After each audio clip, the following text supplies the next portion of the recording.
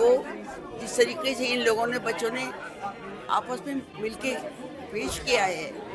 और 1.25 घंटे में इसको ख़त्म किया है, और हमें हमारी अटेंशन पूरे वक्त इनके पास रही है। अल्लाह करे ऐसे और बहुत से लोग प्ले बनाएं, आपके सामने आए, मेरे सामने आए, और फिर हमें हंसने का मौका मिले। सवांग थिएटर की ये कोशिश होती है हमेशा कि कुछ अच्छे और पुराने हमारे जो राइटर हैं, चाहे वो यहाँ के हों, चाहे बैनुल अक़वामी हों, तो इस दफ़ा हमने सोचा कि हम फ्रेंच एक राइटर को लेते हैं, फ़ीदो को, और उनके ड्रामे को उर्दू में तर्जुमा करके इसको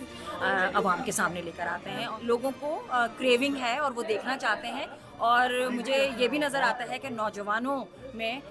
थिएटर की समझने की भी एक सलाहियत मौजूद है, और वो अब इंटरनेशनल जो राइटर्स हैं उनको पढ़ते हैं तो उनको थिएटर देख के मज़ा आता है। थिएटर का क्या फ्यूचर है, तो मेरा ख़्याल से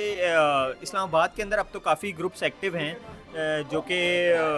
थिएटर के लिए काम कर रहे हैं और करते रहेंगे। ये वही बात है कि जी आर्ट फॉर्म के बारे में कहा गया जब टीवी आया, जब सिनेमा आया, कि शायद थिएटर ना रहे, मगर हम जैसे दीवाने लोग कोशिश करते रहेंगे कि थिएटर इस शहर में चलता रहे। और आप लोगों की सपोर्ट की ज़रूरत है, आप आएँ, टिकट बाय करें, ऑडियंस होगी तो ज़रूर थिएटर होगा। बहुत ही ज़बरदस्त इन्होंने, एक तो जो प्रोडक्शन का लेवल बहुत अच्छा था, तो ये लग रहा था कि इतना वेल रिहर्स, जो कि आजकल होते नहीं हैं। लोग जो होते हैं वो उतना ज़्यादा they don't put in so much hard work. इतना इन्होंने मेहनत से काम किया, डायलॉग्स बहुत अच्छे थे, बहुत पुख्ता थे, और एक्टिंग का मेयार काफ़ी अच्छा था। और ये काफ़ी अच्छी काविश है थिएटर को जो है वो लाइव रखने की, और यकीनन काफ़ी हद तक ये आगे जाएगा, बिलखसूस इस्लामाबाद में जहाँ ऐसी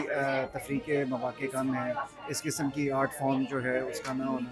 तो ये यकीनन उस सीन को लाइव भी रखेगा और ज़्यादा कंट्रीब्यूट करेगा कि थिएटर को वो आगे ले जाने में।